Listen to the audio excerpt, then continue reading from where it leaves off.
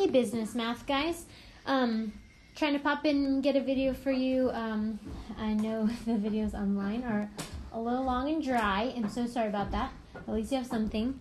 So this is 4.9, property tax. I'm going to try to make this quick.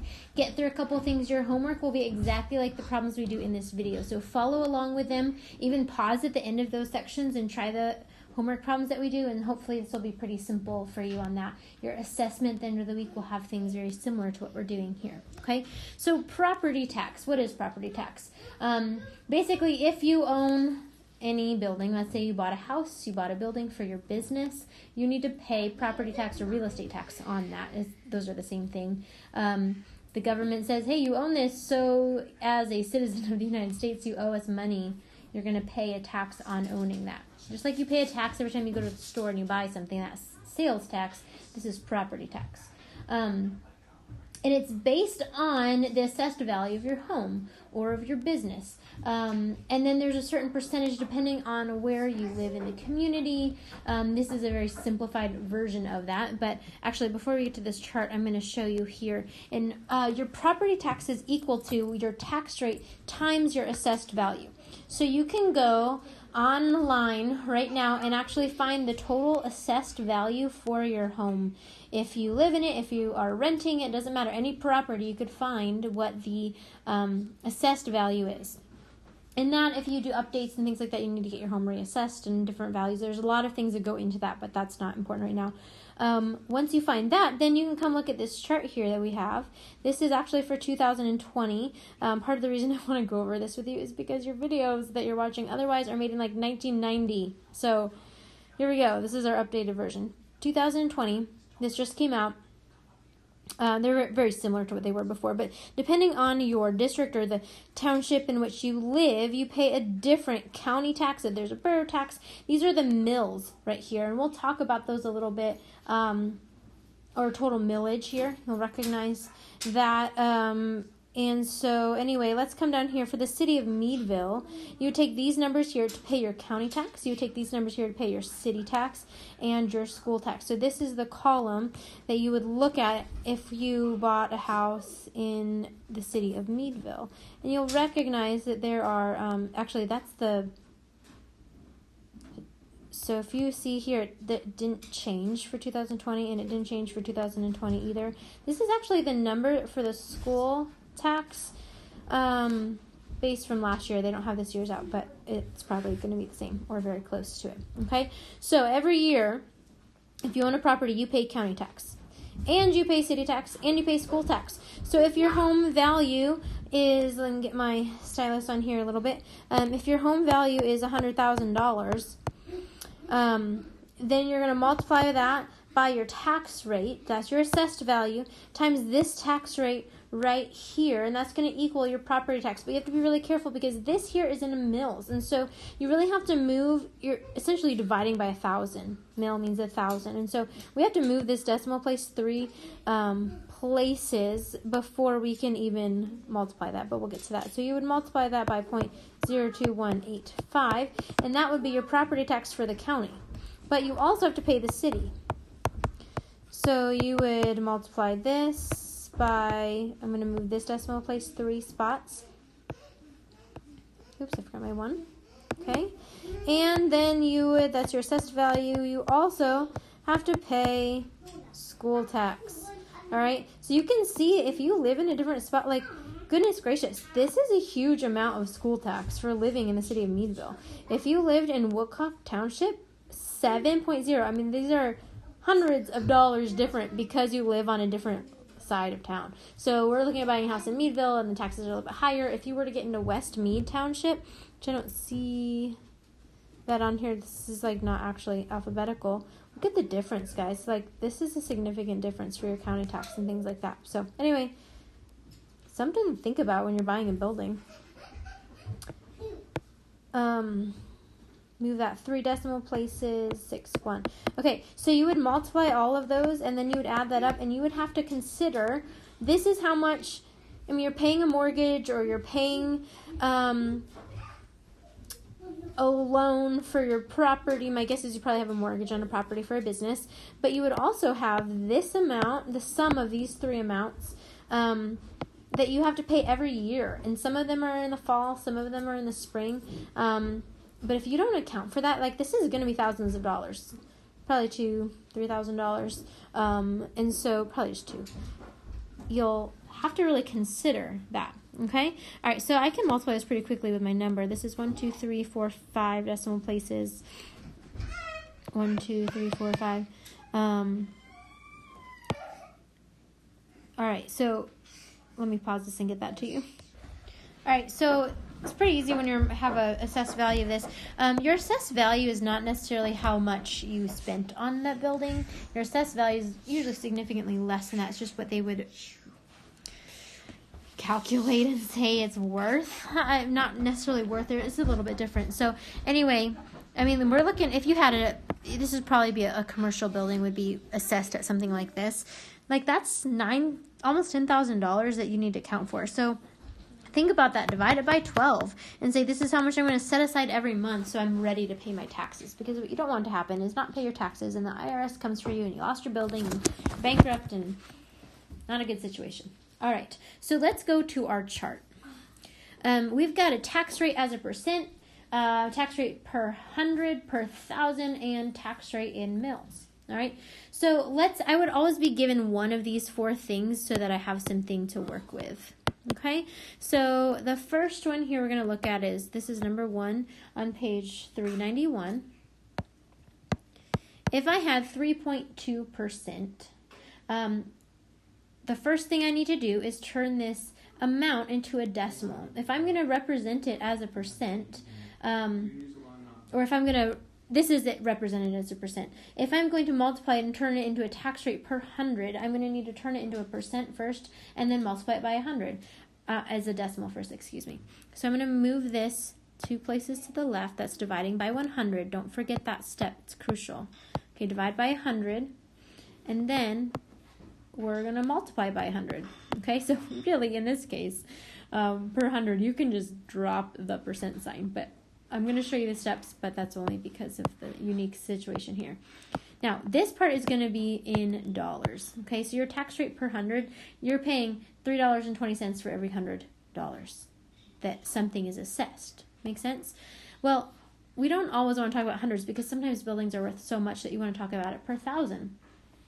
So how would I do this? Well, I'm going to take my percent and turn it into a decimal, so that's the same thing. But this time I'm going to multiply by 1,000. So that's going to give me $32. So I need to spend $32 as my tax rate. So for every $1,000 that my property is assessed at, I'm going to be paying $32. Make sense? And it's because of my 3.2% tax rate. All right, now tax rate in mils is just going to be a number, and mils really just means mils is 1,000. So we are going to change the amount per 1,000 and then drop the dollar sign. Okay, so we basically can just take this number here and drop the dollar sign. So if you're actually finding the tax rate in mils means 1,000, you have to find the dollar first and then just drop the dollar sign. Because this is our rate per 1,000. Okay, if you want, you could take the 0.032 and multiply it by 1,000. I forgot my other zero over there. Did anybody catch that? And just not have a dollar sign. Really, you're doing the same calculation. Okay. All right. So those are the steps. I'm just going to do a quick little overview. Take your percentage, turn it into a decimal, multiply by 100 to find how much you are charged for every $100 something is assessed at, and then multiply that 0.03 or your percent as a decimal by 1,000 to get your tax rate per 1,000. Take that very same number, just drop the dollar sign for your last column. Okay, we're going to try just a couple more of these, and then this is what your homework will be. What if I was just given this amount over here? What if I knew my tax rate per 1,000? Could I work backwards and find the other columns? Well, I sure could. The first thing I'm going to do is just do my tax rate in mils because I know that I just have to drop the dollar sign, which means I also don't have to have two numbers to the right of the decimal. So I'm just going to leave that as 17.1. Really easy. Well, you'll notice here is that I just have a place value difference. I need to move, because I multiplied by 100 here and I multiplied by 1,000 here, the difference is just one place value, okay? So I'm going to just move my place value 1 to the left in order to get this. Now, if you want to divide by 1,000 here and you could find what your tax rate is and all those things, this is just a lot simpler. So $1.71, right? You owe $1.71 for every $100 that your property is assessed at. Now, what you'll notice here is because there's a percent sign, it's already per 100. So do you see here that we have the exact same thing as here in terms of a number, but instead of a dollar sign, we have a percent sign. So we're going to take that same idea and we're just going to say my tax rate is 1.71. All right, let's try a couple more, and I'm going to give you an example where we have each one of the categories here. Oops. All right, let's see if we can find some of these. If you want to pause the video and try to solve for some of these other columns, you can right now, and then we'll kind of go over them. All right, so hopefully you had, and I'm going to put my answers in here. 47, your tax rate in mills is 47, so your tax rate per 1,000 is just the same number with a dollar sign.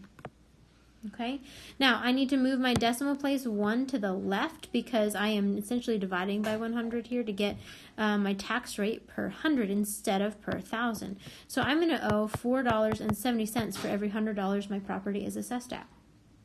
And the tax rate per as a percent is the exact same thing, just drop the dollar sign and change it to, well, I forgot my percent up here. Did anybody catch that too? Goodness. Change it to a percent. Okay, so 4.7%. All right, last but not least, here's my last column. I'm going to start with my tax rate as a percent because it just seems the easiest. Drop my dollar sign, add a percent sign. All right, tax rate per 1,000. If I moved it to the left here, I'm going to go the other direction, so I'm going to move it to the right. My decimal place. If I know my tax rate per 100 and I want to know my tax rate per 1,000, I go to the right. If I know my tax rate per 1,000 and I want to know my tax rate per 100, go to the left. All right, so this is $79. And if I'm going to drop my dollar sign to know the tax rate in mills, it's just 79. All right, so you can finish that out for homework. We are going to jump to 4.9b. We're also going to look at C and just kind of check a couple of these out. All right, so we talked about how your assessed value is not the same amount as how much you spent on it. How much you spent on it is actually called your market value.